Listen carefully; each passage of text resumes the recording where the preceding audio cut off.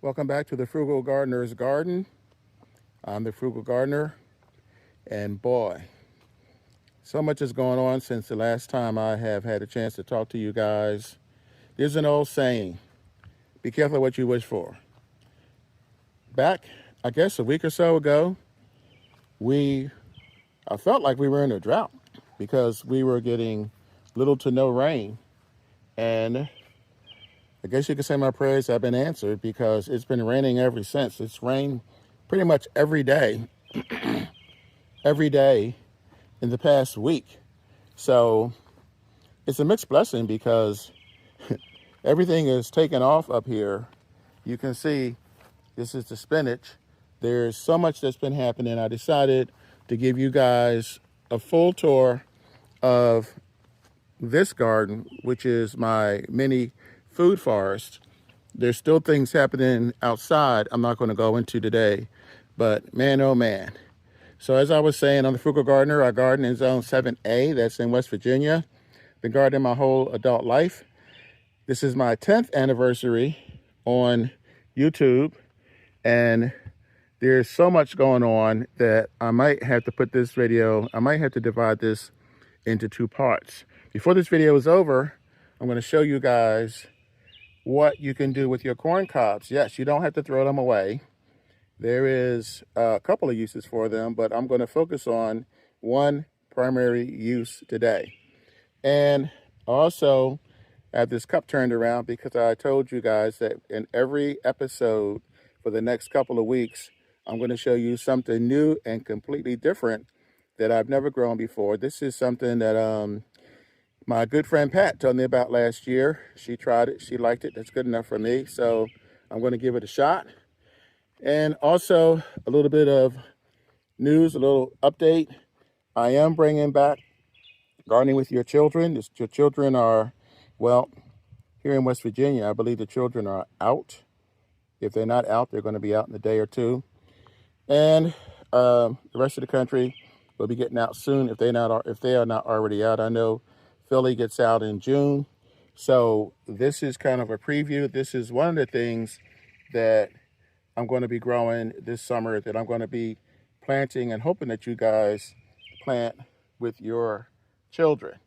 So, like I said, lots to show you. Where do I start? I'm going to pause for a second here to show you this. I talked about this briefly. These are this is an autumn olive tree. These are all over my property. Didn't know it until last year. But apparently the birds knew, the deer knew, everybody knew, and these berries come up. If you look real close, you can see them in here. The berries are starting to form. We have not had a deer issue this year. I've been told by a couple of my neighbors that the deer have gotten sick and died off, but there's still the birds. So I'm ready for them because I have found my netting and, well, I put it over here someplace. So I'm going to start to cover this as soon as the berries start to form. And this way I can harvest these all up and down here. I'll be harvesting these later on. So you may be wondering why this tank is leaning. And it is because I finally filled it and it was not exactly stable. I thought this was level.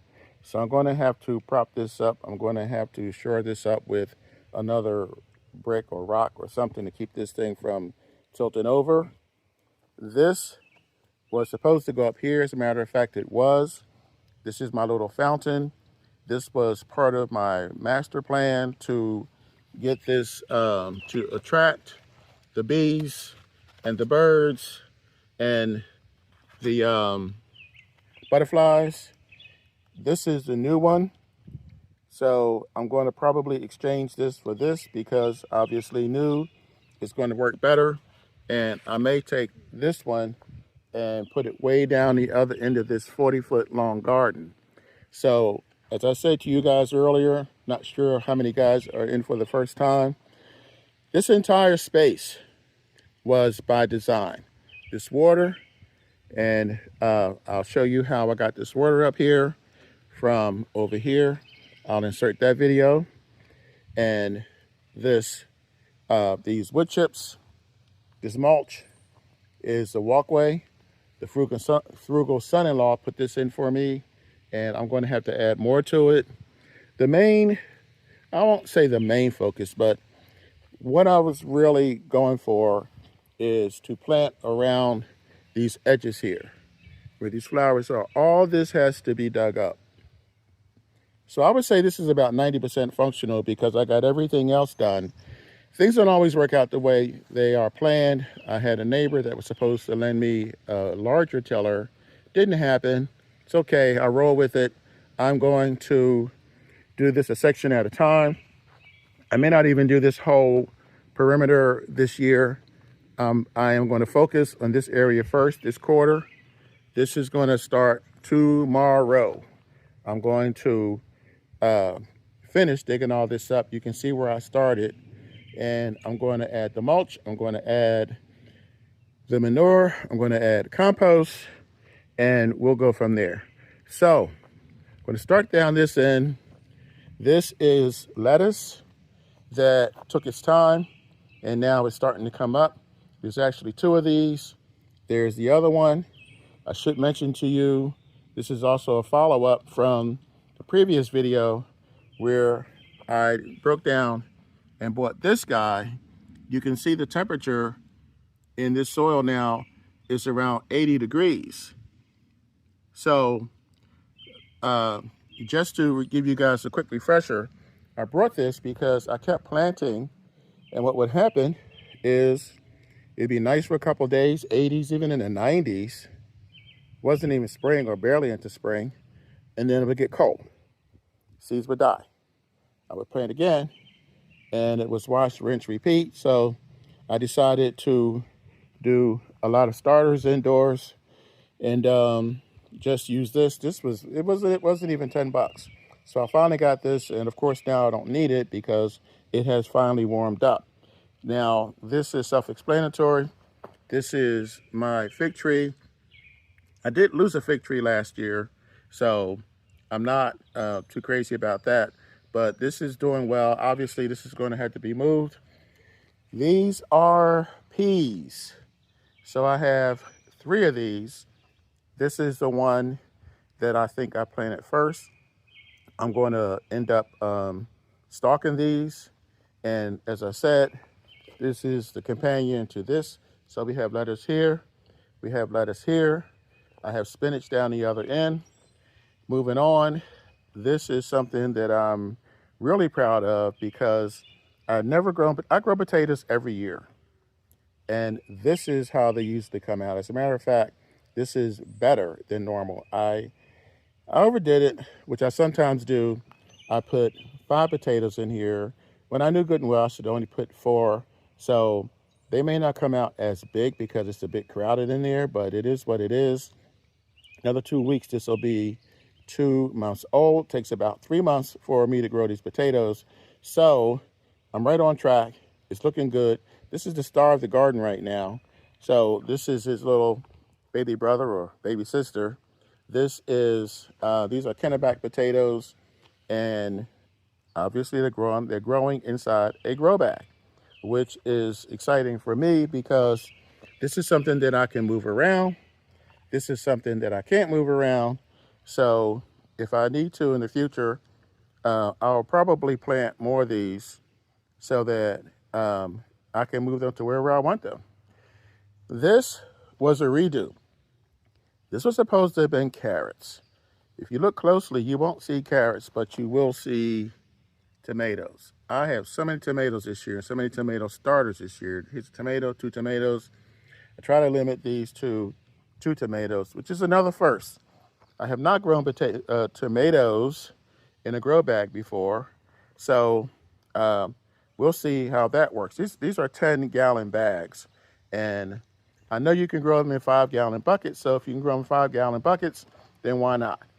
Moving on, these are also tomatoes. And these are tomatoes. Now you're probably wondering, why so many tomatoes? Well, it's not just tomatoes. If you look here, you'll see this is a cucumber. But the reason why I have grown so many tomatoes this year is because I'm doing a special, and it's kind of a tribute to the World Cup. These are tomatoes from different parts of the world. And here, these are yellow beefsteak tomatoes. So these aren't your regular run-of-the-mill white potatoes. And over here, these are, well, cantaloupe, and these are San Marino tomatoes. So you can see these are starting to come up with all the rain that we've had. This is doing really well. So these are 3 beds of tomatoes. This is 4, but this also has collard greens. So I may have to do some work with this because the collard greens weren't looking too good. And that's the reason why I put the tomatoes in there. So we'll see how that goes. So we have quite a bit going on this end, but there's still this whole in here. And also, as I mentioned to you guys earlier, I had that little mystery item that my friend Pat told me about that I finally got around to planting. And don't forget, we're going to talk about the those corn cobs. So what do I have here? Well, of course, more tomatoes. These are Kamados. These are actually black tomatoes. And these here are yellow beefsteak like the ones behind me. These are Gremlin pink. I think these are from France. So I'm not going to go into a whole lot of that right now because like I said, once these come up, you'll see. I kind of regret the fact that I did not take the time to put the steps in because I've been slogging up and down here in between the rain. This is how I've been getting up here. So the steps would have been a lot handier, would have been a lot nicer, but it is what it is. I made it through and things are popping, so I'm happy about that. This bucket here looks pretty innocent. Looks like not much is happening here, but actually these are vines. Well, there will be vines. So these are Malabar spinach. The idea is for it to grow up here, grow over, and grow down this way. And oh, there's another vine that I have in here that I grew a couple of years ago. I wasn't too crazy about the beans. Oh man, I can't remember the name of the beans, but that's fine because as long as I cook the beans, then I can feed them to the chickens if nobody in the family wants to eat them. So I planted this. As a matter of fact, this was just planted yesterday. So moving back over this way is the last, I promise, the last of the tomatoes.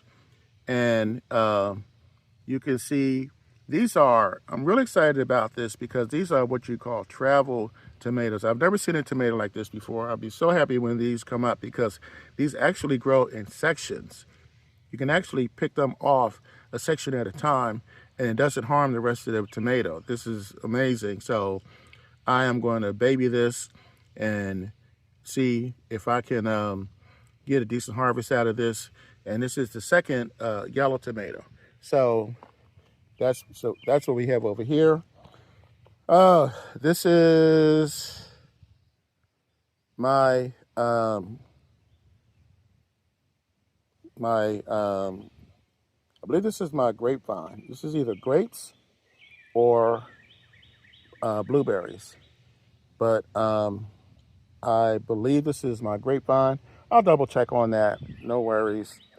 And here, this is my elephant garlic, which I planted out of season. So you can see this one starting to come up, but I may have to, I may have to wait on those. I mentioned to you about the peas on the other end here. So these are the other 2 peas. I'm obviously going to have to stake these also. This was another surprise for me. And this, wow, I'm going to have to start harvesting some of this spinach because I was concerned in the beginning that I did not have enough spinach planted.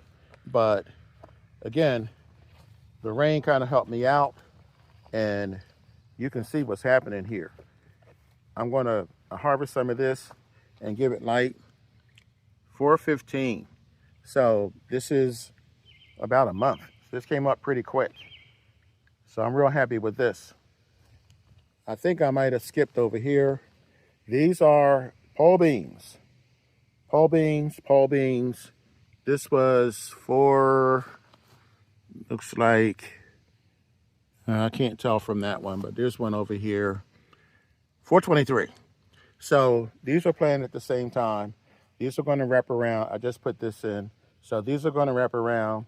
So pole beans, way down there in those crates near the house are 5 of those crates have bush beans. So those are going to go with these, and that's going to be a nice harvest. So we're going to do really well. This I'm going to have to redo. I think I told you guys a story before. What I attempted to do was overwinter my bell peppers, and I had about 5 of them, 5 different plants in the greenhouse, which greenhouse is no more, rest in peace, and none of them came back. So you start over. This is, well, this was elephant garlic, also from last year. So I'm going to see what I can harvest out of this, see what I can salvage from this, and I will replant this. Getting towards the end, so I can show you guys my little mystery item. These are apple trees, Fuji apples, and this one's not doing so well right now. This one was doing good. But like I said, it's been cloudy, it's been rainy, it's been, the weather just has not been good. This is one of my lavender plants. I am going to take all of my lavender out of these pots because the pots were too small. It was never meant to stay in these pots. This was always supposed to have been temporary. And because I got backed up and because of this new project, this took up most of my time. So it didn't get done. These are onions, well, onion seeds. That's going to take some time. So I went from west to east, and now we're back. This is the netting that I was looking for that I'm going to throw over here to see how that works out. And that way I can protect those berries when they come up. This looks like a mess, but that's okay. I'm going to clean this up. This is deliberate. And there's the sister to it down here. These are, well, I put seeds in here a couple days ago. This is to attract the pollinators. So again, like I said, everything is by design. This is the this is the peach tree. There's another peach tree down there, and this was also something that I wanted to do to bring the birds in. And if you listen close, you can hear the birds. So it's working. I was not getting hardly any life up here, hardly any action up here. No birds, no bees, no butterflies, no nothing. This is one of my newest additions, and this is the bird bath. The reason why I have my metal detector out here is because there's a little birdie that's supposed to fit on here, and it's somewhere down in here, and I can't find it. So the bird bath, the bird feeder, over this way is my hummingbird feeder, which I'm going to do a video on real soon because they did show up last year, and that was a nice addition to the garden. This is something called lovage. This is like lettuce, I'm sorry, like celery, but it's stronger than celery and cheaper than celery if you can find it. So that brings me to the part in the video, like I told you guys, this is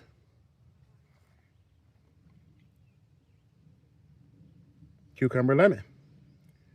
I had never heard of this until last year. And like I said, my friend Pat turned me on to this. And the reason why this is in a little cup and not in the ground, excuse me, is because of all the rain. Because I was really backed up, and this is the result of my work.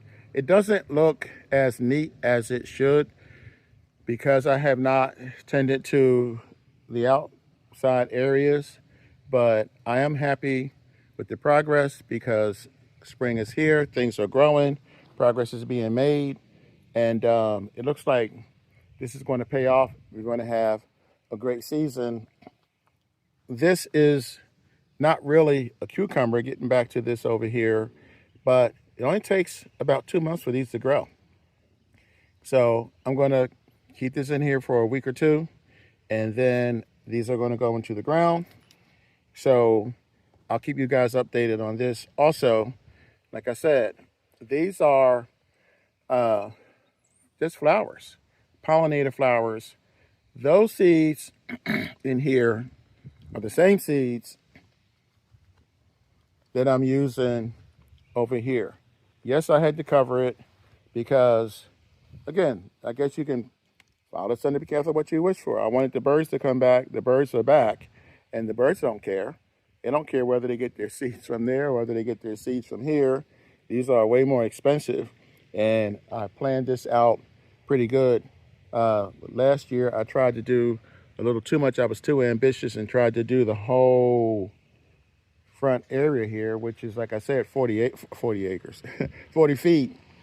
And so I want to just do this area here, and then I'm going to do the other side of this opening over here, and I'll see how it goes. It takes forever for these seeds to grow, for these plants to grow.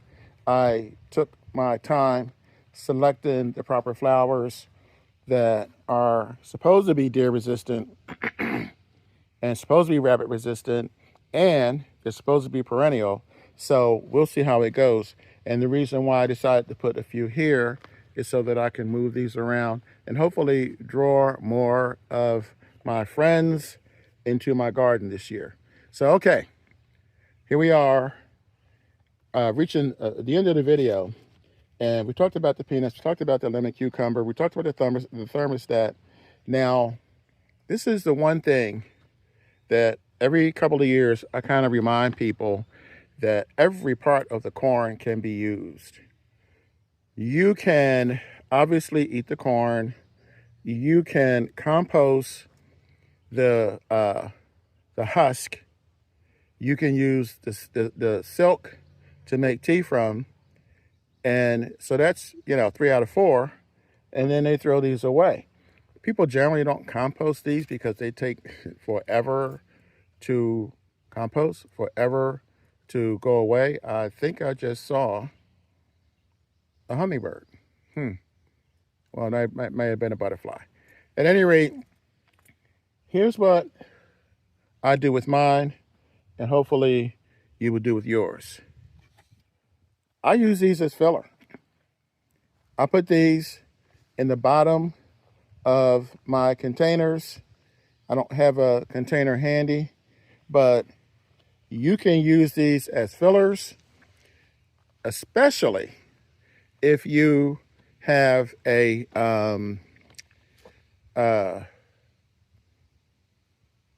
raised bed.